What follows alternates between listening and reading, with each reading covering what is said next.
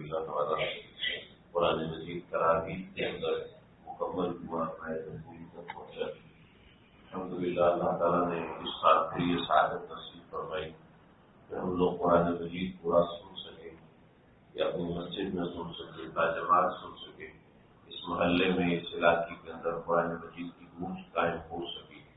الحمدللہ اس کے اوپر اللہ کا جتنا شکر ادا کیا جائے کام ہے۔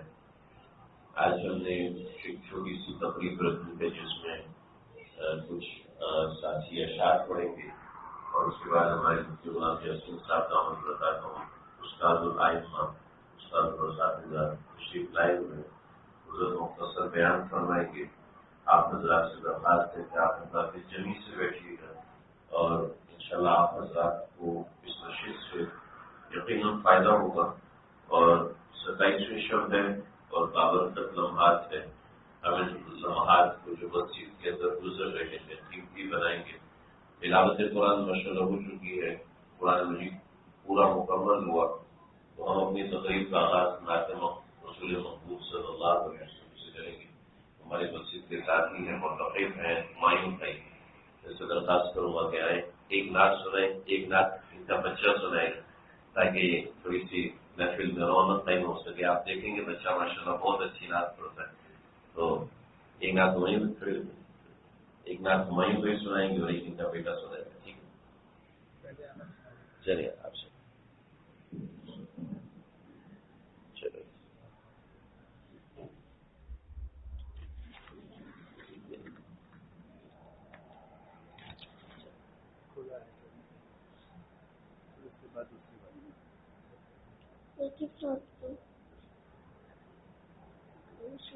بسم اللہ الرحمن الرحیم۔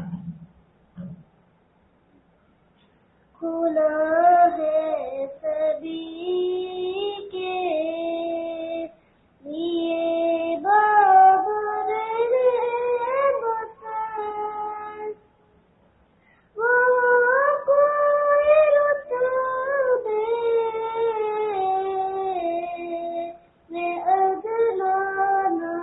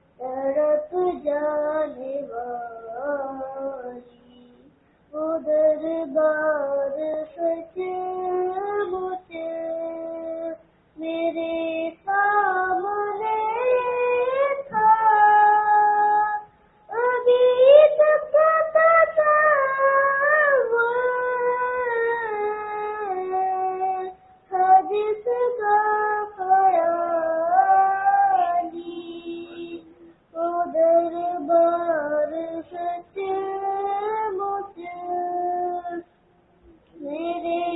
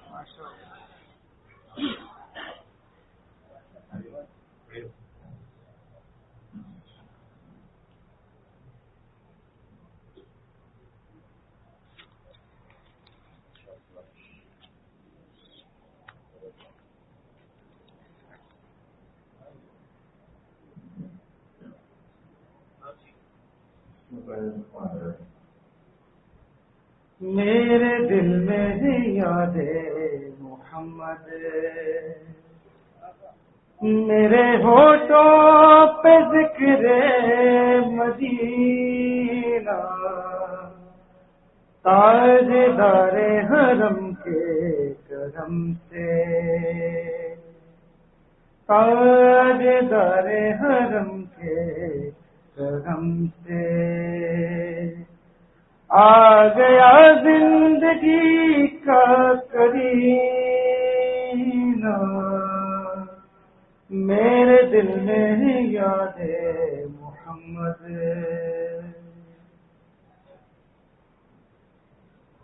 دل شکستہ ہے میرا تو کیا غم، دل شکستہ ہے میرا تو کیا غم، اس میں رہتے ہیں شاہ دو عالم،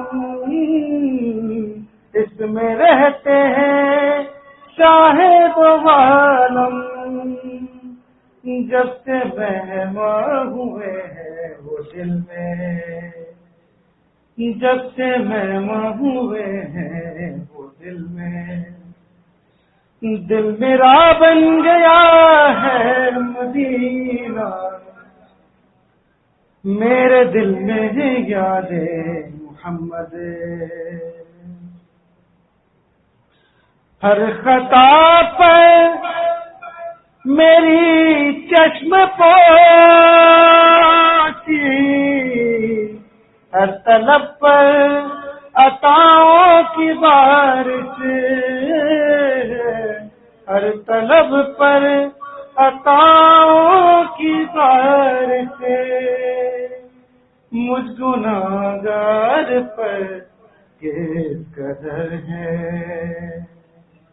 مجھ گناہگار پر کس قدر ہے،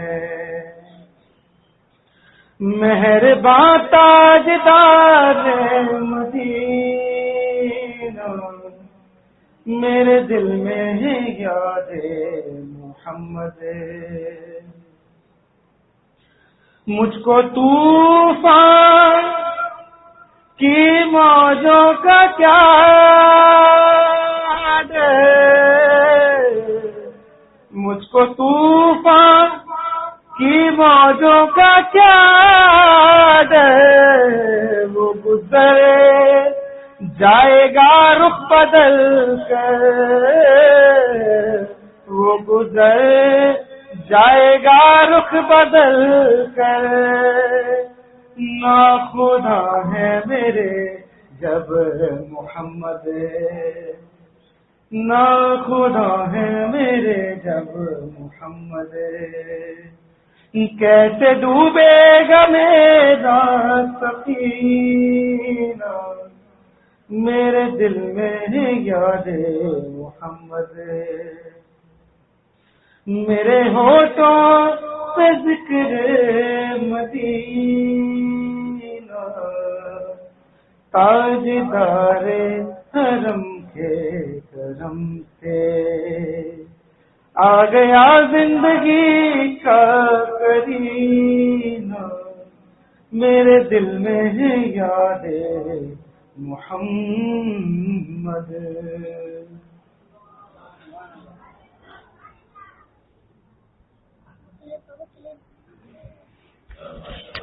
ہمارا جو ختم قرآن ہے اس مسجد میں 9ویں دفعہ ختم قرآن ہو رہا ہے اور تقریباً چھٹی مرتبہ ماشاء اللہ ہمارے قاری صاحب نے یہاں پر قرآن مجید سنایا ہے اور بڑی پابندی کے ساتھ اور بڑا خوبصورت سنا رہے ہیں کہ ایک ایک لفظ الحمدللہ سمجھ میں آتا ہے۔ اللہ تعالیٰ قاری صاحب کو جو عظیم عطا فرمائے۔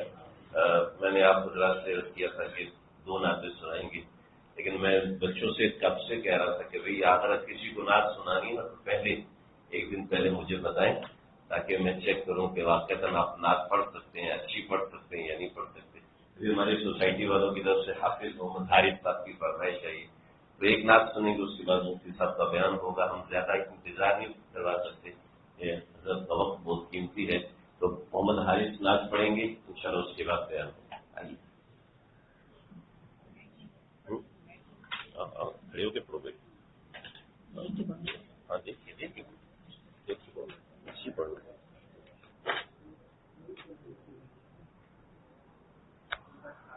زمین میلی نہیں ہوتی، زمین میلی نہیں ہوتی، زمن میلا نہیں ہوتا.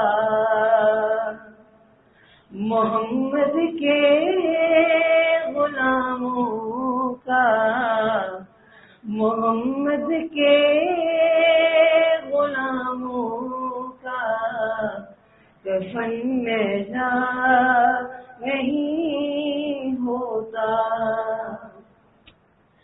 محبت کرنے والے سے وہ جذبہ ہے سنو لوگوں، محبت کرنے والے سے وہ جذبہ ہے سنو لوگوں.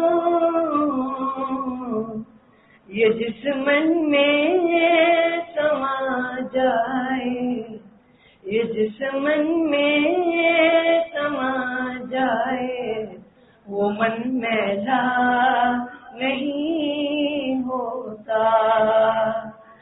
زمین میلی نہیں ہوتی، زمن میلا نہیں ہوتا. نبی کے پاک لنگر پر جو پلتے ہیں کبھی ان کی، نبی کے پاک لنگر میں جو پلتے ہیں کبھی ان کی، زباں میلی نہیں ہوتی، زباں میلی نہیں ہوتی، سخن میلا نہیں ہوتا. زمین میلی نہیں ہوتی، زمن میلا نہیں ہوتا. زمین میلی نہیں ہوتی، زمن میلا نہیں ہوتا. محمد کے غلاموں کا، محمد کے غلاموں کا کفن میلا نہیں ہوتا. میرے آقا کی الفت تو بدن کو جگمگاتی ہے، میرے آقا کی الفت کو بدن کو جگمگاتی ہے. کبھی اہل محمد کا، کبھی اہل محمد کا بدن میلا نہیں ہوتا. زمین میلی نہیں ہوتی، زمن میلا نہیں ہوتا.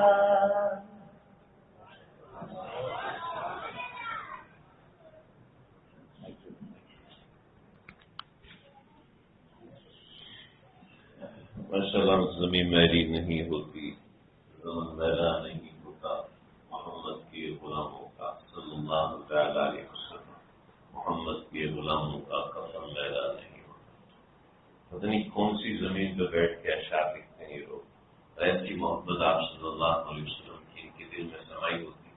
بقیہ بچے بھی پڑھنا چاہتے ہیں تو ان کے لیے میں ابھی سے اعلان کرتا ہوں، کل تراویح کے بعد انشاءاللہ آپ حضرات کی نعتیں سنیں گے. ٹھیک ہے جی. تو جو پڑھنا چاہتے ہیں بغیر چیک کیے آ جائیں، ٹھیک ہے؟ بغیر چیک کیے کل تراویح کے بعد انشاءاللہ بیٹھ جائیں گے، سب لوگ سنیں، آپ کی بھی سنیں گے انشاءاللہ۔ پھر میں بلا تاخیر حضرت استاد مفتی غلام یاسین صاحب دعوت آپ سے درخواست کروں گا کہ تشریف لائیں، اور حضرت کی گفتگو بڑی سنجیدہ ہوتی ہے، بڑی اہم اور ضروری ہوتی ہے، اور آپ حضرات توجہ سے سنیں گے اور سنجیدگی سے سنیں گے تو انشاءاللہ بے حد نفع ہوگا۔ حضرت استاد مفتی غلام یاسین صاحب دعوت۔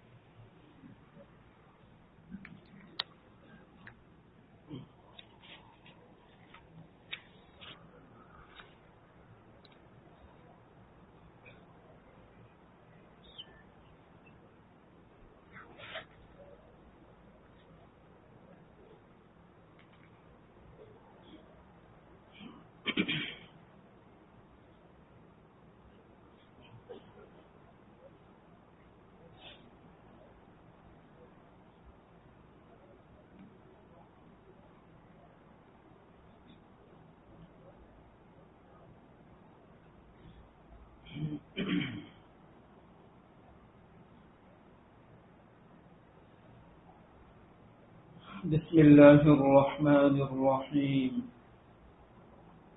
نحمده ونصلي ونسلم على رسوله الكريم. أما بعد، فأعوذ بالله من الشيطان الرجيم. بسم الله الرحمن الرحيم. تبارك الذي نزل الفرقان على عبده ليكون للعالمين نذيرا. صدق الله العظيم وصدق رسوله النبي الكريم، ونحن على ذلك لمن الشاهدين والشاكرين، والحمد لله رب العالمين. 27 کی شب میں ختم قرآن کی بابرکت محفل میں اور آپ شریک ہیں۔ مبارکباد کے مستحق ہیں وہ حضرات جن کو قرآن کریم پڑھنے کی سعادت حاصل ہوئی۔ خوش نصیب ہیں وہ حضرات جن کو رمضان کی راتوں میں مکمل قرآن تراویح میں سننے کی سعادت حاصل ہوئی ہے۔ خدا تعالی پڑھنے والوں کا پڑھنا اور سننے والوں کا سننا اپنی بارگاہ میں قبول فرمائے۔ دیگر انبیاء اور رسل کی طرح بلکہ ان سے بھی کہیں زیادہ ہمارے آقا جناب محمد الرسول اللہ صلی اللہ علیہ وسلم کو معجزات دیے گئے، لیکن آپ کا سب سے بڑا معجزہ قرآن کریم ہے، جو کل بھی معجزہ تھا اور آج بھی معجزہ ہے۔ ہم نے رسول اللہ صلی اللہ علیہ وسلم کے اور معجزات کو اپنی آنکھوں سے نہیں دیکھا۔ ہم نے شق قمر کا معجزہ اپنی آنکھ سے نہیں دیکھا۔ ہم نے کنکریوں کی تسبیح کا معجزہ اپنی آنکھ سے نہیں دیکھا۔ ہم نے ستون حنانہ کا گریہ اپنے کانوں سے نہیں سنا۔ ہم نے آپ کے ہاتھ مبارک سے نکلنے والا پانی اپنی آنکھوں سے نہیں دیکھا۔ آپ کی دعا سے چند افراد کے لیے تیار کیا گیا کھانا سینکڑوں افراد کے لیے پورا ہو جائے، یہ معجزہ اپنی آنکھ سے نہیں دیکھا، لیکن قرآن کریم کو ہم اپنی آنکھ سے دیکھ سکتے ہیں، اپنے کانوں سے سن سکتے ہیں، اپنے دماغ سے اس کو سمجھ سمجھ سکتے ہیں۔ یہ وہ معجزہ ہے جو تقریباً ہر ملک، ہر شہر، ہر بستی اور ہر گھر میں موجود ہے، جس کو دن رات پڑھا جاتا ہے، اس کا مشاہدہ کیا جاتا ہے۔ اسی معجزے کو کلام اللہ کہا جاتا ہے۔ یہ کلام اللہ ہے، یہ کتاب اللہ نہیں ہے۔ کلام اللہ کا مطلب یہ ہے کہ اللہ کا کلام ہے، اللہ کی گفتگو ہے، جو رسول اللہ صلی اللہ علیہ وسلم کو جبرائیل امین نے سنائی ہے، جو میرے اور آپ کے سامنے موجود ہے۔ حدیث میں آتا ہے زمین و آسمان کے 1000 سال پیدا اور 1000 سال پہلے، 1000 سال پیدا ہونے سے پہلے خدا تعالی نے اپنے عرش اعظم پر اپنی شان کے مطابق بیٹھ کر قرآن کریم کی تلاوت فرمائی، سورہ طٰہٰ کی تلاوت فرمائی، سورہ یاسین کی تلاوت فرمائی۔ جب فرشتوں نے باری تعالی کی آواز مبارک میں قرآن کریم سنا تو وہ جھوم جھوم کر کہنے لگے، طوبیٰ لألسنۃ تتکلم بہذا، خوش نصیب ہوں گی وہ زبانیں جو اس کلام پاک کی تلاوت کریں گی، وطوبیٰ لأجواف تحمل ھذا، خوش نصیب ہوں گے وہ سینے جن سینوں میں یہ کلام پاک محفوظ ہوگا، وطوبیٰ لأمۃ ينزل علیہا ھذا، ڈھیروں مبارکباد کی مستحق ہوگی وہ امت جس کو یہ کلام پاک دیا جائے گا۔ حدیث میں آتا ہے تبرک بالقرآن فإنہ کلام اللہ قد خرج من، قرآن سے برکت حاصل کرو، یہ اللہ کا کلام ہے، اللہ کے اندر سے نکل کر آیا ہے۔ میں گفتگو کر رہا ہوں، آپ سماعت فرما رہے ہیں، یہ گفتگو میرے سینے سے زبان کے ذریعے آپ تک پہنچ رہی ہے اور آپ سماعت فرما رہے ہیں۔ کلام اس کو کہا جاتا ہے، اور قرآن بھی اللہ کے اندر سے نکل کر آیا ہے، تو اس میں خدا تعالی کا جلوہ ہے، خدا تعالی کی معرفت ہے، خدا تعالی کی شان ہے۔ قرآن کریم مجھے اور آپ سب کو یہ خطاب کرتے ہوئے کہتا ہے کہ میرا مطالعہ کیوں ضروری ہے، مجھے تم کیوں پڑھو، مجھے تم کیوں سمجھو، مجھے پڑھنے سے، مجھے سمجھنے سے تمہیں کیا ملے گا، تمہارے گھر میں کیا تبدیلی آئے گی، تمہارے محلے میں کیا تبدیلی ہوگی، تمہارے ملک کو کیا ملے گا اگر پوری امت مل کر مجھے پڑھے، سمجھے، وقت نکالے، تو اس امت کو کیا ملے گا۔ قرآن اس کا خود جواب دیتا ہے۔ چنانچہ سورۃ الانبیاء کی آیت نمبر 10 میں قرآن یہ اعلان کرتا ہے لَقَدْ أَنزَلْنَا إِلَيْكُمْ كِتَابًا فِيهِ ذِكْرُكُمْ أَفَلَا تَعْقِلُونَ، ہم نے تمہیں ایسی کتاب دی ہے جس میں ذکر ہے۔ ذکر کا ایک معنی ہے جس میں تمہارا تذکرہ ہے، ذکر کا دوسرا معنی ہے جس میں تمہارے لیے نصیحت ہے۔ افلا تعقلون، کیا تم سمجھتے نہیں ہو۔ اس آیت سے یہ پتہ چلا کہ قرآن ایسی کتاب ہے جس میں میرا تذکرہ ہے، جس میں آپ کا تذکرہ ہے، میرے اہل خانہ کا تذکرہ ہے، آپ کے گھر والوں کا تذکرہ ہے، میرے ملک کا تذکرہ ہے، میرے نظام سیاست کا تذکرہ ہے، میرے نظام معاشرت کا تذکرہ ہے، میرے معاملات کا تذکرہ ہے، میری زندگی کے ایک ایک لمحے کا اس میں تذکرہ ہے۔ یہ قرآن مجھے بتلائے گا تیری زندگی کیسی ہے، صحیح ہے یا غلط ہے، اگر غلط ہے تو اسے کیسے درست کر سکتا ہے۔ یہ قرآن بتلائے گا کہ تیری معاشرت صحیح ہے یا غلط ہے، اگر غلط ہے تو اسے کیسے درست کر سکتا ہے۔ یہ بتلائے گا تمہارا نظام معیشت صحیح ہے یا غلط ہے، اگر غلط ہے تو تم اسے کیسے درست کر سکتے ہو۔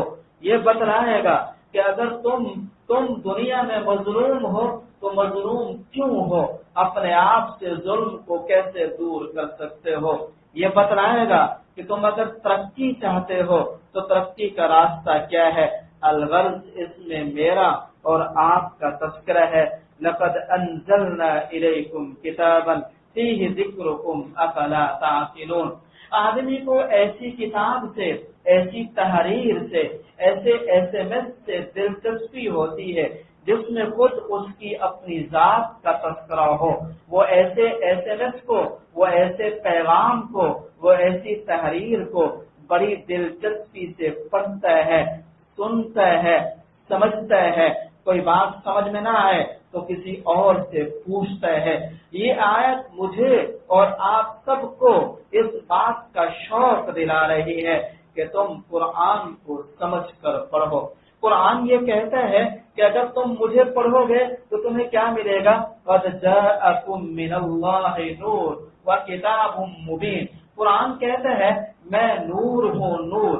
اگر تم مجھے پڑھو گے، سمجھو گے، عمل کرو گے تو پھر تمہارے ہاں نور ہوگا، روشنی ہوگی، اندھیرے نہیں ہوں گے، اندھیرے سب ختم ہو جائیں گے۔ اور آپ کے علم میں ہے روشنیوں میں رہنے والے انسان کے سامنے ہر ایک چیز عیاں ہوتی ہے، واضح ہوتی ہے۔ جو اندھیرے میں رہتا ہے اسے پتہ نہیں چلتا کون سی چیز کہاں رکھی ہے اور کون سی چیز کیسی ہے۔ روشنیوں میں رہنے والا اسے سب چیز کا علم ہوتا ہے۔ اس آیت سے یہ پتہ چلا قرآن کے بغیر انسان اندھیرے میں ہے، قرآن کے بغیر انسان کا علم ناقص ہے، قرآن کے بغیر انسان کو ترقی نہیں ہوگی، قرآن کے بغیر انسان کو کامیابی نہیں ہوگی، قرآن کے بغیر انسان ادھورا ہے، قرآن کے بغیر انسان کا باطن وہ تاریکی میں اٹا ہوا ہے، قرآن کے بغیر انسان کا سینہ منور نہیں ہے۔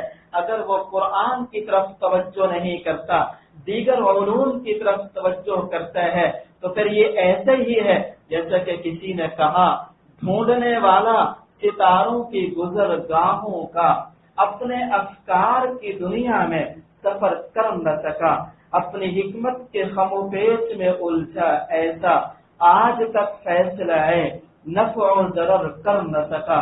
جس نے سورج کی شعاؤں کو گرفتار کیا، زندگی کی شب تاریخ سحر کر نہ سکا۔ قرآن کے بغیر اگر آپ نے اپنے علوم سے، اپنی ٹیکنالوجی سے، اپنی مہارت سے دنیا کو منور کر دیا اور آپ کا اپنا سینہ وہ تاریک رہا تو اس سے کیا پیدا ہوا ہے؟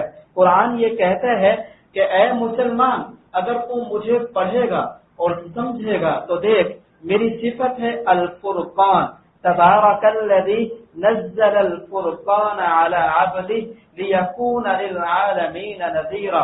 میری صفت ہے الفرقان، یہ صفت میں تجھے دے دوں گا۔ الفرقان کہتے ہیں ایسی چیز کو جو حق اور باطل کے درمیان امتیاز کر دے، بتلا دے حق کیا ہے، بتلا دے باطل کیا ہے، بتلا دے سچ کیا ہے، بتلا دے جھوٹ کیا ہے، بتلا دے صحیح کردار کیا ہے، بتلا دے غلط کردار کیا ہے۔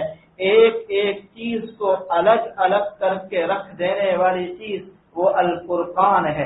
اگر مسلمان قرآن کا مطالعہ کرے، اس کو سمجھے، اس پر عمل کرے، یہی الفرقان کی صفت اس مسلمان کو مل جائے گی۔ دلیل قرآن کریم کی آیت یا ایھا الذین آمنوا ان تتقوا اللہ یجعل لکم فرقانا۔ اے ایمان والو اگر تم خدا تعالی سے ڈرتے رہو، یعنی قرآن و سنت کے دیے ہوئے نظام پر اچھی طرح عمل کر کے زندگی گزارو تو پھر دیکھو تمہیں یہ چیز ملے گی، یجعل لکم فرقانا، اللہ تمہارے لیے فرقان پیدا کر دے گا، تم کو فرقان بنا دے گا۔ مسلمان کا کردار ہی ایسا ہوگا جو حق اور باطل کے درمیان امتیاز کرنے والا ہوگا۔ قرآن یہ کہتا ہے کہ اگر تم مجھے پڑھو گے، مجھے سمجھو گے تو پھر دیکھو میں تمہیں سراپا سچ بنا دوں گا۔ میں تمہیں سچا بنا دوں گا، کیونکہ میں خود سچی کتاب ہوں، مجھ میں کسی قسم کا جھوٹ نہیں، زجر نہیں۔ لا یأتیہ الباطل من بین یدیہ ولا من خلفہ تنزیل من حکیم حمید۔ لا ریب فیہ، سچی کتاب تو اس کو پڑھنے والا، اس کو سمجھنے والا، اس پر عمل کرنے والا وہ بھی سچا بن جائے گا۔ اس کے بغیر ہو سکتا ہے وہ دنیا کو تو پاگل بنا دے، مگر وہ اپنے ضمیر کو مطمئن نہیں کر سکے گا۔ اس کا ضمیر اندر ہی اندر اسے کہتا رہے گا کہ تیرے اندر بہت بڑا نقص ہے، کمی ہے، جس کو دور کرنے کی ضرورت ہے۔ یہ قرآن کہتے ہیں، مسلمان کو خطاب کرتے ہوئے کہتے ہیں کہ اے مسلمان، اگر تو مجھے پڑھے گا، مجھے سمجھے گا تو میں تمہیں روح دوں گا۔ روح، میرے بغیر تیرے اندر روح نہیں ہے، میرے بغیر تو زندہ ہو کر بھی مردہ ہے۔ قرآن کریم نے 2 آیات میں اس چیز کو بیان فرمایا۔ وَكَذَلِكَ أَوْحَيْنَا إِلَيْكَ رُوحًا مِّنْ أَمْرِنَا، ہم نے تمہیں روح دی ہے۔ روح سے مراد قرآن کریم ہے۔ معلوم یہ ہوا قرآن کے بغیر انسان کی زندگی روح سے خالی زندگی ہے، وہ زندہ ہو کر بھی مردہ ہے۔ سورہ انفال کی آیت نمبر 24، یا ایھا الذین آمنوا استجیبوا للہ وللرسول اذا دعاکم لما یحییکم، اے ایمان والو تم کہنا مانو اللہ کا اور رسول کا جب وہ تمہیں بلائیں اس چیز کے لیے جو تم کو زندگی دے۔ زندہ انسان کو زندگی دینے کا مطلب کیا ہے؟ وہ تو پہلے سے زندہ ہے، یہی مطلب ہے۔ اس سے اس کا دل زندہ ہوگا، اس سے اس کی روح بیدار ہوگی، اس سے اس کے اندر روحانیت آئے گی۔ ان 2 آیات سے معلوم یہ ہوا کہ قرآن کے بغیر انسان مردہ ہے، قرآن کے بغیر انسان کے اعمال میں کوئی روح نہیں ہے، قرآن کے بغیر انسان کی زندگی روح سے خالی زندگی ہے، وہ زندہ ہو کر بھی مردہ ہے۔ اگر یہ اپنی زندگی چاہتا ہے، اگر یہ اپنی بقا چاہتا ہے، اگر یہ اپنا نام چاہتا ہے تو قرآن کی طرف متوجہ ہو اور قرآن کو پڑھے اور قرآن کو سمجھے اور قرآن کے نظام کو عام کرنے کی کوشش کرے۔ یہ قرآن مسلمان کو خطاب کرتے ہوئے کہتا ہے کہ اگر تو مجھے پڑھے گا، اپنے گھر میں قرآن کا درس دے گا، قرآن کا ماحول بنائے گا تو دیکھ تیرے گھر کے اندر کیا تبدیلی آ سکتی ہے۔ یا ایھا الذین آمنوا قد جاءتکم موعظۃ من ربکم وشفاء لما فی الصدور، یہ قرآن سینوں میں پائے جانے والی بیماریوں کے لیے شفا ہے۔ سینے میں بغض قرآن سے دور ہوگا، سینے میں عداوت قرآن سے دور ہوگی، سینے میں دشمنی قرآن سے دور ہوگی، سینے میں نفرت قرآن سے دور ہوگی۔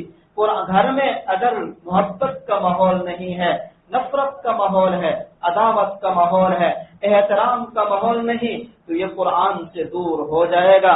دیکھو دوستو، قرآن تو وہ ہے جس کے سننے اور پڑھنے سے کفر اور شرک جیسی بیماریاں دور ہوئیں۔ سیدنا عمر بن خطاب، جو اس وقت عمر بن خطاب ہیں رضی اللہ تعالی عنہ نہیں ہے، اپنے گھر سے تلوار لے کر نکلتے ہیں۔ میں جا رہا ہوں۔ کہاں جا رہے ہو عمر؟ میں جا رہا ہوں اس صحابی کا خاتمہ کرنے جا رہا ہوں جس نے قوم میں انتشار پیدا کر دیا، جس نے افتراق پیدا کیا، جس نے مکہ میں ہماری زندگی پریشان کر دی ہے۔ میں جا رہا ہوں اس صاحب کو قتل کرنے کے لیے جو ہم سب کو کہتا ہے لا الہ الا اللہ محمد الرسول اللہ پڑھو کامیاب ہو جاؤ گے۔ میں آج جا رہا ہوں، میں دیکھتا ہوں کون میرا راستہ روکتا ہے۔ عمر جیسے آدمی کے سامنے کون آ سکتا ہے؟ کسی نے کہا عمر جا تو رہے ہو، ہم روک تو نہیں سکتے، ذرا اپنے گھر کی خبر تو لو، تمہاری بہن مسلمان ہو چکی، تمہارا بہنوئی مسلمان ہو چکا ہے، تم اس دین کو ختم کرنے کے لیے جا رہے ہو جو دین تمہارے گھر میں داخل ہو چکا ہے۔ عمر واپس مڑتے ہیں، اپنی بہن کے گھر پہنچتے ہیں، دروازہ کھٹکھٹاتے ہیں، بہن کو پتہ چل جاتا ہے دروازے پر عمر ہے، گھر میں قرآن پڑھا جا رہا ہوتا ہے۔ وہ قرآن کے اوراق چھپا لیتے ہیں۔ بہن آگے بڑھ کر دروازہ کھولتی ہے، عمر غصے میں ہے، بہن کو مارنا شروع کرتے ہیں۔ بہنوئی چھڑانے کے لیے آتا ہے، اس کی بھی پٹائی کرتے ہیں، بہن زخمی ہو جاتی ہے۔ بہن جوش میں آ کر کہتی ہے، عمر بن خطاب، اگر تم خطاب کے بیٹے ہو تو میں بھی خطاب کی بیٹی ہوں، اگر تم کفر میں پکے ہو تو میں اسلام میں پکی ہوں، اگر تمہیں ایمان سے نفرت ہے سنو مجھے ایمان سے محبت ہے، یہ ایمان میرے دل میں راسخ ہو چکا ہے۔ عمر تم سے جو کچھ ہو سکتا ہے کر لو، ہم ایمان اور اسلام کو چھوڑنے والے نہیں ہیں۔ عمر اپنی بہن کو خون کو دیکھ کر پہلے ہی پسینہ پسینہ ہو چکے تھے، کہتے ہیں بتلاؤ تو صحیح تم کیا پڑھ رہے ہو۔ ان کی بہن ان کو وہ آیات سناتی ہیں جو آیات ان کے گھر میں پڑھی جا رہی تھی، سکھائی جا رہی تھی، وہ سورہ طٰہٰ کی آیات ہیں۔ طٰہٰ ما انزلنا علیک القرآن لتشقى، طٰہٰ ما انزلنا علیک القرآن لتشقى الا تذکرۃ لمن یخشى تنزیلا ممن خلق الارض والسماوات العلی الرحمن علی العرش استوى له ما في السماوات وما في الارض وما بينهما وما تحت الثرى وإن تجهر بالقول فإنه يعلم السر وأخفى الله لا إله إلا هو له الأسماء الحسنى۔ سننا تھا، پسینے پسینے ہو گئے، غصہ ختم ہو گیا، کہنے لگے عجیب کلام ہے، اس کی ایسی تاثیر، ایسی اس کی پرواز، اس کے مضامین کی اتنی بلندی اور رفعت، یہ کسی انسان کا کلام نہیں، مجھے لے چلو محمد کے پاس لے چلو صلی اللہ علیہ وسلم۔ وہ عمر جو محمد صلی اللہ علیہ وسلم کو قتل کرنے کے ارادے سے گھر سے نکلا، قرآن کی چند آیات سننے سے، اپنی بہن سے سننے سے اس کی تقدیر بدل گئی۔ وہ عمر بن خطاب رضی اللہ تعالی عنہ ہو گیا، مسلمان ہو گئے، ہمیشہ ہمیشہ کے لیے وہ کامیاب ہو گئے ہیں۔ اقبال نے کہا اور سچ کہا ہے، تو نمی دانی کہ سوزے قرات تو جگر گوں گرد تقدیر عمر را۔ اے فاطمہ بنت خطاب، تو نہیں جانتی کہ تو نے کس سوز سے قرآن کی آیات اپنے بھائی عمر بن خطاب کو سنائی کہ اس کی تقدیر ہی بدل گئی ہے۔ آج اگر میرے اہل خانہ، میری بہن، میری بیوی، میرے بچے گھر میں اگر قرآن کی تلاوت کریں، قرآن کو سمجھیں تو میرے بچوں کا ماحول بھی بدل سکتا ہے، ان کی تقدیر بھی بدل سکتی ہے، میرے محلے کا ماحول بھی بدل سکتا ہے، میرے گھر کا ماحول بھی بدل سکتا ہے، میرے ملک کا ماحول بھی بدل سکتا ہے۔ ہم تو مائل بکرم ہیں، کوئی سائل ہی نہیں۔ کتنا پیارا شعر کہا ہے، ہم تو مائل بکرم ہیں، کوئی سائل ہی نہیں، راہ دکھلائیں کسے، کوئی راہ روے منزل ہی نہیں، کوئی قابل ہو تو ہم شانے کئی دیتے ہیں، ڈھونڈنے والوں کو دنیا بھی نہیں دیتے ہیں۔ ذرا قرآن کی طرف توجہ تو کیجیے، قرآن یہ کہتا ہے، اعلان کرتا ہے، اے مسلمان، وہ بوڑھے کو بھی خطاب کرتا ہے، وہ جوان کو بھی خطاب کرتا ہے، وہ بچے کو بھی، وہ خاتون کو بھی، وہ ہر ایک کو یہ کہتا ہے، دیکھو اگر میرا چرچا تمہارے گھر میں ہوگا تمہارا ایمان محفوظ ہوگا، تمہاری تہذیب محفوظ ہوگی، تمہارا تمدن محفوظ ہوگا۔ اگر تمہارے محلے میں میرا چرچا ہوگا، تمہارے ملک میں میرا چرچا ہوگا، تمہاری زمینیں محفوظ، تمہارے نوجوان محفوظ، تمہارا تہذیب و تمدن محفوظ، تمہاری معاشرت محفوظ، تمہیں ایمان پر مرنے کے لیے کسی اور چیز کی محنت کی ضرورت نہیں، تم صرف مجھے سمجھنے لگو، پڑھنے لگو۔ یہ قرآن نے خود اعلان کیا ہے، یہ ہم اپنی طرف سے نہیں کہہ رہے۔ آل عمران کی آیت نمبر 101 میں قرآن یہی اعلان کرتا ہے۔ آیت مبارکہ یہ ہے، وَكَيْفَ تَكْفُرُونَ وَأَنْتُمْ تُتْلَى عَلَيْكُمْ آيَاتُ اللَّهِ وَفِيكُمْ رَسُولُهُ وَمَنْ يَعْتَصِمْ بِاللَّهِ فَقَدْ هُدِيَ إِلَى صِرَاطٍ مُسْتَقِيمٍ۔ تم کیسے کافر ہو سکتے ہو جبکہ تمہارے ہاں تمہارے سامنے اللہ کی آیات کو پڑھا جا رہا ہے اور تم میں اللہ کے رسول موجود ہیں، اور جو اللہ کو مضبوطی سے تھام لے گا اسے راہ راست ضرور بتلا دیا جائے گا۔ اس آیت سے ہمیں یہ معلوم ہوا کہ دو چیزیں ایسی ہیں جو انسان کو کفر سے بچانے والی، شرک سے بچانے والی ہیں، دوسرے الفاظ میں ان کے ایمان کو محفوظ رکھنے والی ہیں۔ ایمان محفوظ ہے تو نماز بھی محفوظ، روزہ بھی محفوظ، حج بھی محفوظ، تہذیب بھی محفوظ، تمدن بھی محفوظ، معاشرت بھی محفوظ، معاملات بھی محفوظ، ایک ایک چیز محفوظ۔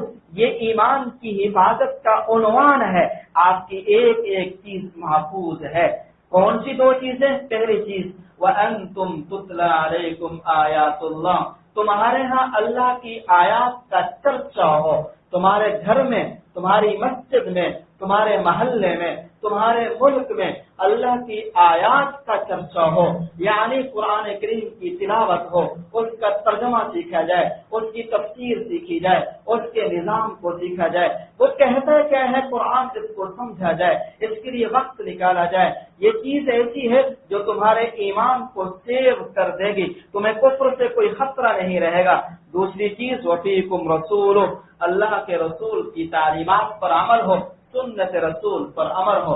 دارالندوہ پارلیمنٹ جو مکی ظالم کافر ریاست کا پارلیمنٹ تھا، انہوں نے جب اسلام کو بڑھتے ہوئے دیکھا تو اپنے پارلیمنٹ میں بیٹھ کر مشورہ کیا اسلام کا راستہ کس طرح روکا جائے، مسلمانوں کو کس طرح روکا جائے، کیا تدبیر اختیار کی جائے۔ کسی نے کیا مشورہ کیا، کسی نے کیا، آخر میں وہ جس نتیجے پر پہنچے اور اس نتیجے کو اپنے پارلیمنٹ سے انہوں نے پاس کرایا، بل پاس کیا، وہ اللہ رب العزت نے سورہ حامیم سجدہ میں بیان فرمایا ہے۔ وہ عجیب و غریب چیز ہے، سننے کی چیز ہے۔ کفار نے جو بل پاس کیا وہ یہ ہے وَقَالَ الَّذِينَ كَفَرُوا لَا تَسْمَعُوا لِهَذَا الْقُرْآنِ وَالْغَوْا فِيهِ لَعَلَّكُمْ تَغْلِبُونَ۔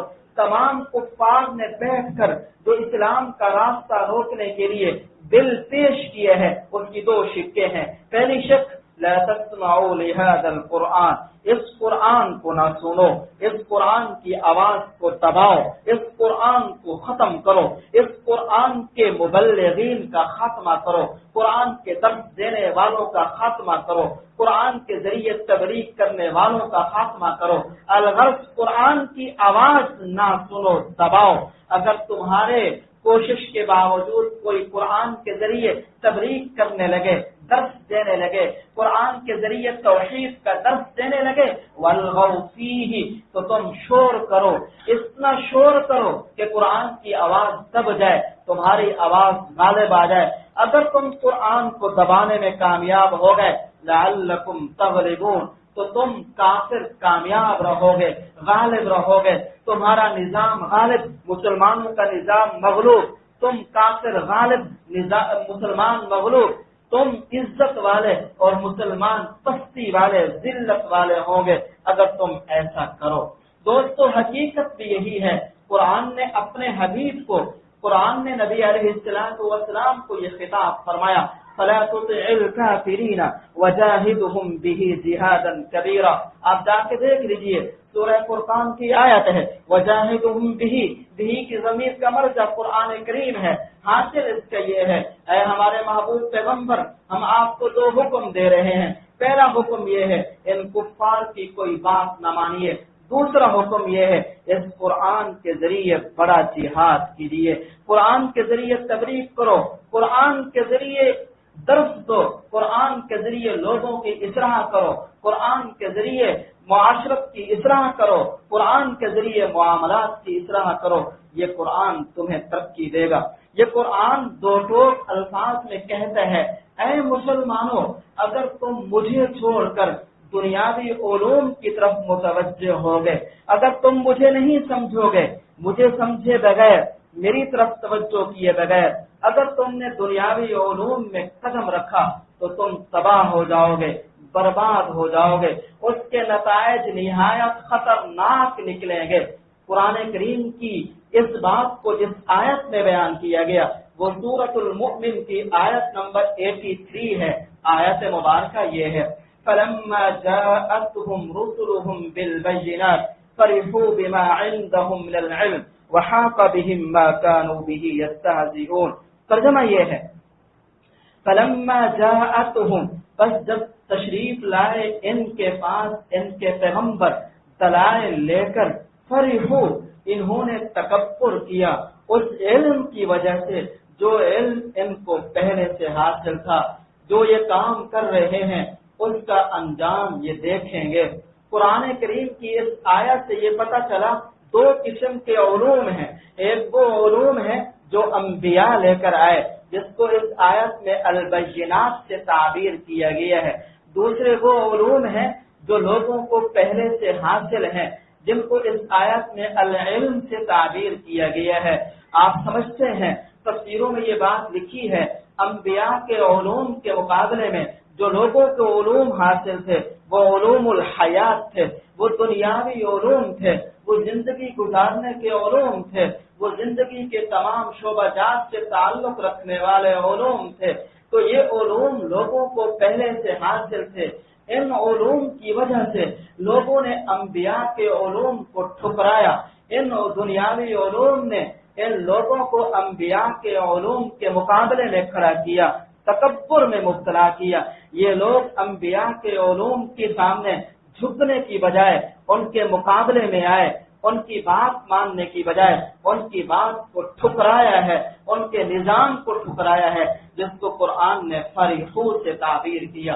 معلوم یہ ہوا اس آیت سے کہ قرآن کو سمجھے بغیر، قرآن کو حاصل کیے بغیر، قرآن کی طرف توجہ کیے بغیر اگر دنیاوی علوم میں قدم رکھا جائے گا تو نماز بھی محفوظ نہیں ہوگی، روزہ بھی محفوظ نہیں ہوگا، اسلامی تہذیب و تمدن بھی محفوظ نہیں ہوگا. خود یہی ہمارا مسلمان بچہ جو اس نظام سے گزر کر چلا ہے، یہ خود اپنے اسلامی تہذیب و تمدن کا دشمن ہوگا، یہ خود اپنی نماز روزے کا دشمن ہوگا. کسی نے کہا اور خوب کہا ہے، اللہ سے کرے دور تو تعلیم بھی فتنہ، اللہ سے کرے دور تو تعلیم بھی فتنہ، املاک بھی اولاد بھی جاگیر بھی فتنہ، نہ حق کے لیے اٹھے تو شمشیر بھی فتنہ، شمشیر ہی کیا نعرہ تکبیر بھی فتنہ. شاعر مشرق نے کہا تھا اور اس نظام کو دیکھتے ہوئے کہا تھا، تعلیم کے تیزاب میں ڈال اس کی خودی کو، تعلیم کے تیزاب میں ڈال اس کی خودی کو، ہو جائے ملائم تو جدھر چاہے اسے پھیر، تاثیر میں اکسیر سے بڑھ کر ہے یہ تیزاب، سونے کا ہمالا ہو تو مٹی کا ہے ایک ڈھیر. سونے جیسی ہیرے جیسی استعداد رکھنے والا بچہ قرآن کو سمجھے بغیر اس نظام تعلیم سے گزرے تو وہ شاید وہ اپنے اسلام کا بھی نہیں رہتا، وہ نام کا مسلمان ہوتا ہے، وہ کام کا مسلمان نہیں ہوتا. تو یہ اس کی بات ہے کہ قرآن کی طرف توجہ نہیں کی گئی. قرآن کی طرف توجہ کرنے کے بعد اگر اس نظام تعلیم میں قدم رکھا جائے تو پھر قرآن کہتا ہے میں تمہیں بادشاہ بناؤں گا، میں تمہیں دنیا بھی دوں گا، میں تمہیں آخرت بھی دوں گا، میں تمہیں قوموں کا قائد بناؤں گا، میں تمہیں قوموں کا سربراہ بناؤں گا. کیونکہ مسلمان آیا ہی اس لیے ہے کہ وہ دنیا میں حکمرانی کرے، نہ کہ وہ غلامی کی زندگی گزارے. وہ اس لیے آیا کہ پوری دنیا اس کے پیچھے چلے. یہ مسلمان دینے کے لیے آیا ہے، لینے کے لیے نہیں آیا. آپ صلی اللہ علیہ وسلم کی خدمت میں مکہ کے کافر آتے ہیں، ابو طالب کی خدمت میں آتے ہیں، آ کر کہتے ہیں آپ کے بھتیجے نے جو کام کیا ہوا ہے آپ کے علم میں ہے، اس کو بلائیے، ہم اس سے مذاکرات کرنا چاہتے ہیں. آپ آتے ہیں اور آپ سے وہ مکہ کے کافر بات کرتے ہیں، دیکھو ہمارے بھتیجے اگر تمہیں دولت چاہیے تو ہم دولت دیتے ہیں، اگر تمہیں کسی خاتون سے شادی کرنی ہے تو حسین و جمیل لڑکی سے آپ کی شادی کرا دیتے ہیں، اگر تم عرب کی سرداری کا شوق رکھتے ہو تو ہم تمہیں اپنا سردار بنا لیتے ہیں، لیکن تم یہ کام چھوڑ دو. آپ نے فرمایا میں تو تمہیں ایسی چیز دینا چاہتا ہوں جو تمہیں پورے عالم کا قائد بنائے، پورے عرب کا قائد بنائے.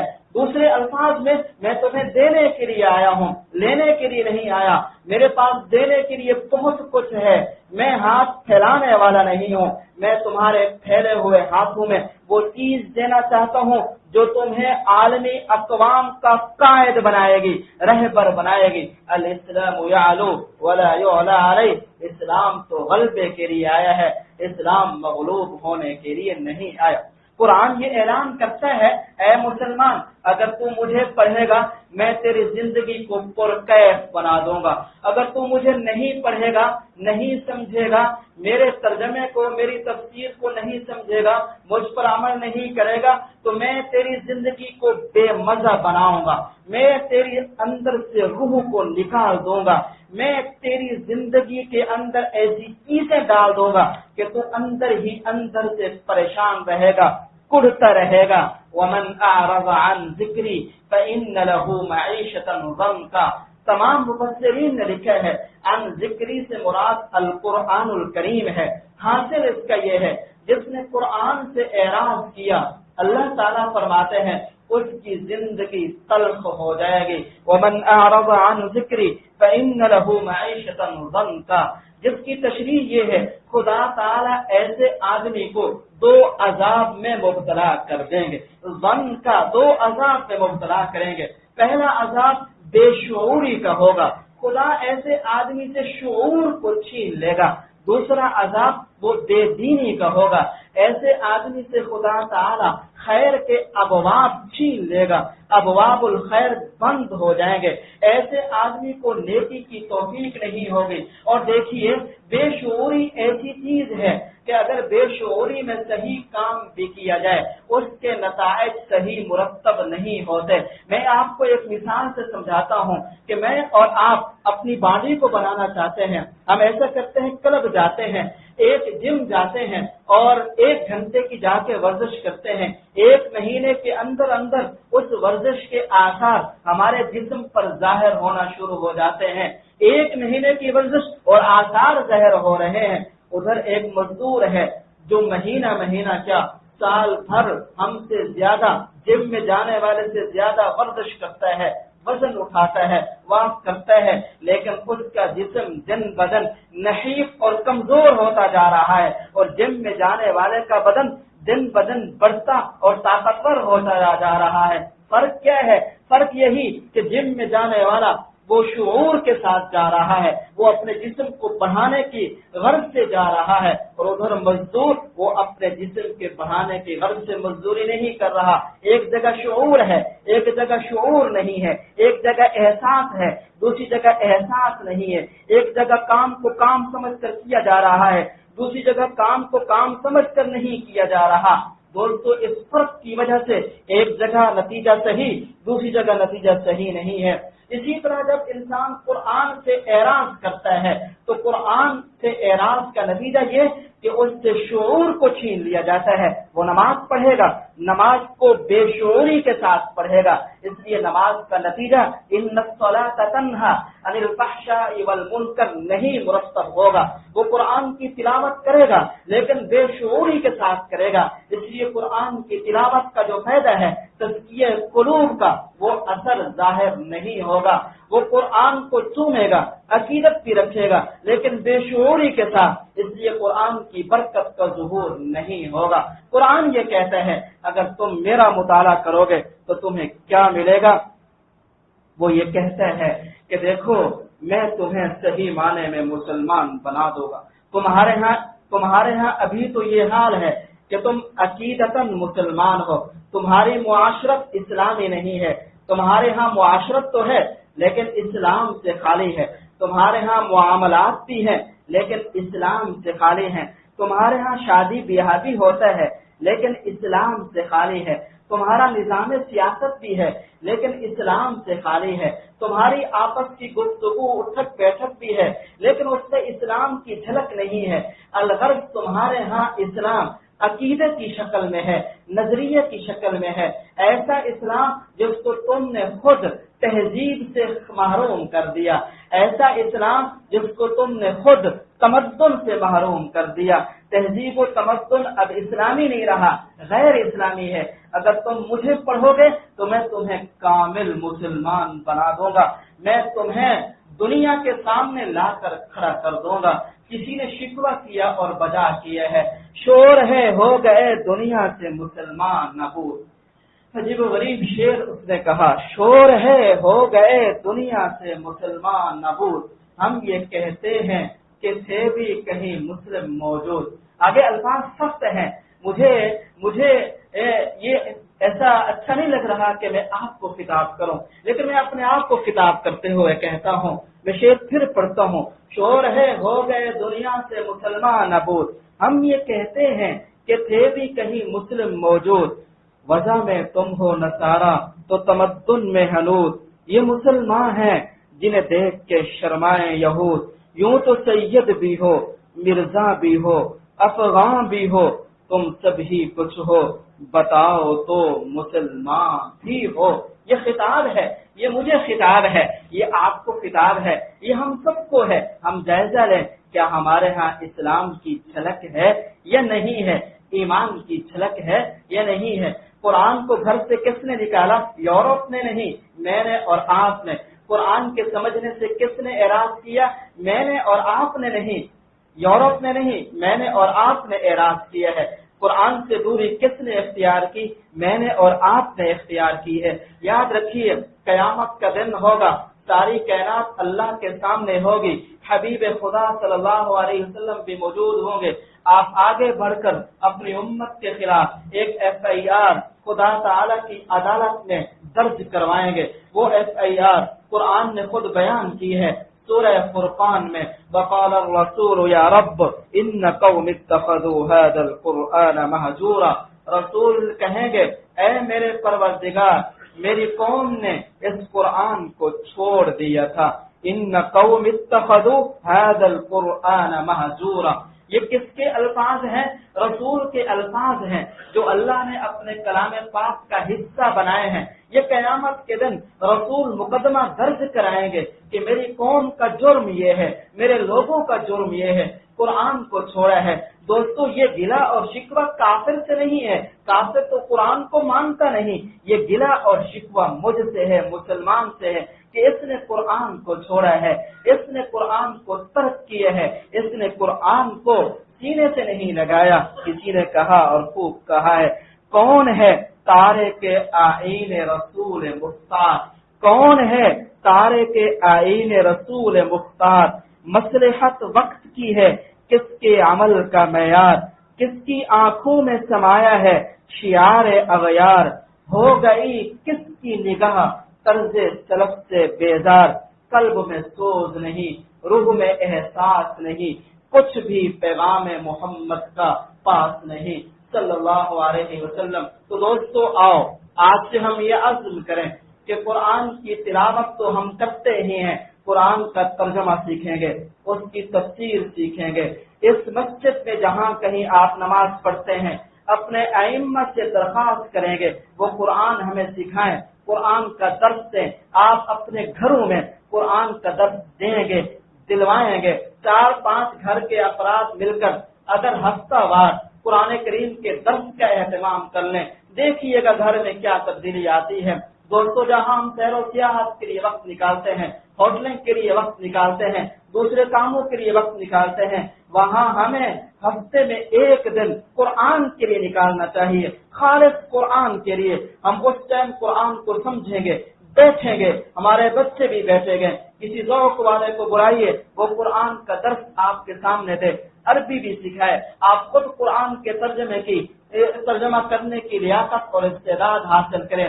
دیکھیے گا چند دنوں بعد، چند ہفتوں بعد آپ خود قرآن کو سمجھنے والے ہوں گے، آپ کے سینے میں باری تعالیٰ کا کلام موجزن ہوگا اور زندگی میں کیا تبدیلی آئے گی یہ چکھنے کی چیز ہے، یہ بیان کرنے کی نہیں ہے۔ اللہ تعالیٰ ہم سب کو قرآن کی طرف متوجہ ہونے کی توفیق نصیب فرمائے۔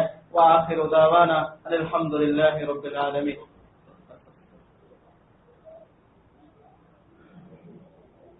یا اللہ یا رحمان یا رحیم، اللہم صل علی سیدنا و مولانا محمد وبارک وسلم وصلی علیہ۔ یا اللہ ہم سب کے گناہوں کو معاف فرما، خطاؤں کو معاف فرما، غلطیوں کو معاف فرما، ہر قسم کے ظاہری اور باطنی فتنوں سے محفوظ فرما، ہر قسم کی ظاہری اور باطنی آفات و بلیات سے محفوظ فرما۔ قرآن کریم ختم ہوا، اپنی بارگاہ میں قبول فرما، سننے والوں کا سننا قبول فرما، قرآن کو سینے کی بہار بنا، قرآن کو سینے میں پیوست فرما، قرآن کے ساتھ دن رات کا والہانہ عاشقانہ عارفانہ تعلق نصیب فرما، قرآن کے ساتھ دن رات کی مشغولیت نصیب فرما، قرآن کا داعی بنا، ہماری نسلوں میں ایسے لوگ پیدا فرما جو قرآن کے داعی ہوں، قرآن کے شیدائی ہوں، قرآن کے نظام کو سمجھنے والے ہوں، قرآن کے نظام کو عام کرنے والے ہوں، قرآن کے لیے نکلنے والے ہوں، قرآن کے لیے ہجرت کرنے والے ہوں، دن رات ان کی سوچ و بچار قرآن ہو، ایسے لوگ پیدا فرما دے، ایسے لوگ پیدا فرما دے۔ عالم اسلام پہ آئی ہوئی مصیبت کا خاتمہ فرما، بالخصوص غزہ فلسطین کے مسلمانوں سے ظلم کو دور فرمائیے، عافیت نصیب فرمائیے، ظلم کا خاتمہ فرمائیے، کہ اللہ امن نصیب فرما، جنگ کا خاتمہ فرما، ان اسرائیلیوں کو، ان دجالیوں کو، ان یہودیوں کا خاتمہ فرمائیے جو کسی قانون کو نہیں مانتے، جو کسی کی عزت کا خیال نہیں رکھتے، جو بوڑھے کو نہیں دیکھتے، بچوں کو نہیں دیکھتے، ان کا خاتمہ فرمائیے، ان کی ٹیکنالوجی کا خاتمہ فرما، ان کے ٹینکوں کو ناکارہ بنا، ان کی فوجی گاڑیوں کو تباہ فرما، ان کی لڑنے والی فوج میں وبائی امراض پیدا فرما، ان کے دماغوں کو معوف فرما، ان کو آنکھوں سے نابینا فرما، ان کے دماغوں کو معطل فرما، ان کے نشانوں کو خطا فرما، یا اللہ ان کے فضا میں اڑنے والے جہازوں کو ناکام بنا دیجیے، تباہ کر دیجیے، جہاز چلانے والے پیلٹوں کو ناکام بنا دیجیے، ان کے نشانوں کو خطا فرما دیجیے، ان کے دماغوں کو معوف فرما دیجیے، ان کی ٹیکنالوجی کو جام کر دیجیے، ان کی کابینہ میں پھوٹ پیدا فرما، ان کی کابینہ میں وبائی امراض پیدا فرما، ان کی کابینہ میں ایسی پھوٹ پیدا فرما کہ کبھی بھی ان میں اتحاد و اتفاق نہ ہو۔ اللہم خالف بین کلمتہم، اللہم زلزل اقدامہم، اللہم فرق جمعہم، اللہم دمر دیارہم، اللہم اہلکہم کما اہلکت عادا وثمود، اللہم اغرقہم کما اغرقت آل فرعون۔ الغرض یا اللہ ان کا خاتمہ فرما دیجیے، مسجد اقصی کو آزاد فرمائیے، مسلمانوں میں بیداری پیدا فرما، مسلمان حکمرانوں میں جو ایک قسم کی غیرت سے عاری ہو چکے ہیں ان کو غیرت ایمانی نصیب فرما، غیرت اسلامی نصیب فرما، ان مسلم امت کے بے حس حکمرانوں کو حس ایمانی نصیب فرمائیے، حس اسلامی نصیب فرمائیے، حس انسانی نصیب فرمائیے۔ یہ مہذب دنیا جو حس انسانیت کھو چکی ہے اس کو حس انسانیت نصیب فرما دیجیے، محض اپنے فضل و کرم سے نصیب فرما دیجیے۔ یا اللہ یا رحمان یا رحیم، حاضرین میں سے جس کی جو جائز مرادیں ہیں سینے میں لیے ہوئے ہیں عافیت کے ساتھ پوری فرما دیجیے، جن کے گھروں میں پریشانیاں ہیں دور فرما، بیماریاں ہیں خاتمہ فرما، لڑائیاں جھگڑے ہیں دور فرما، امن نصیب فرما، محبت نصیب فرما، جو معاشی اعتبار سے تنگ دست ہیں عافیت کے ساتھ وسیع حلال رزق نصیب فرما، جن کو رزق دیا ہوا ہے ان کے رزق کے حلال میں خوب برکت نصیب فرما، اس مسجد کو آباد فرما، یہ مسجد بن رہی ہے عافیت کے ساتھ مکمل فرما دیجیے، یہاں کے امام صاحب کو، خدمت کرنے والوں کو، قاری صاحب کو، سب کی خدمات کو قبول فرمائیے، جزائے عظیم عطا فرما دیجیے، مسجد کے ساتھ ان کا اور ان کے پیچھے نماز پڑھنے والوں کا مسجد کے ساتھ والہانہ عاشقانہ عارفانہ تعلق قائم فرما دیجیے، مسجد کو آباد کرنے کی برکات ان سب کو نصیب فرما دیجیے۔ یا اللہ یا رحمان یا رحیم، جو مانگا ہے وہ بھی عطا فرما، جو مانگنا چاہیے تھا نہیں مانگا وہ بھی نصیب فرما، الغرض وہ سب بھلائیاں عطا فرما جو رسول اللہ صلی اللہ علیہ وسلم نے آپ سے مانگی ہیں، اور ان تمام شرور و فتن سے بچا جن سے رسول اللہ صلی اللہ علیہ وسلم نے پناہ مانگی ہے۔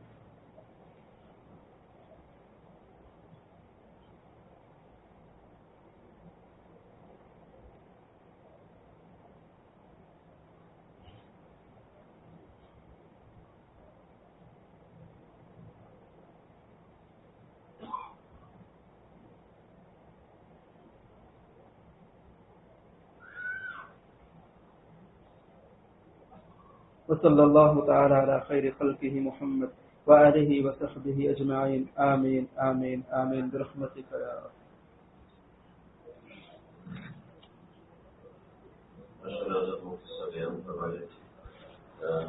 صاحب جزاک اللہ، خاص طور پہ قاری صاحب الحمد للہ قرآن مجید سنا ہے. قاری صاحب کے والد صاحب پچھلے برسوں میں ان کے ساتھ موجود تھے اور جا چکے ہیں. اللہ ان کی مغفرت فرمائے. اور مسجد کی انتظامیہ کی طرف سے اعلان ہے کہ آپ حضرات یہاں سے کھانا کھا کے جائیں. کھانے کا یہاں پر انتظام کیا ہوا ہے. الحمدللہ سب حضرات سے درخواست ہے کہ کھانا کھا کے جائیں اور اتفاق کی خدمت انشاءاللہ یہیں پہ کر دی جائے گی. آپ سب کا آنا دور فرمایا، آپ سب کے آنے کا یہاں پہ حاضری کا جزاک اللہ خیر.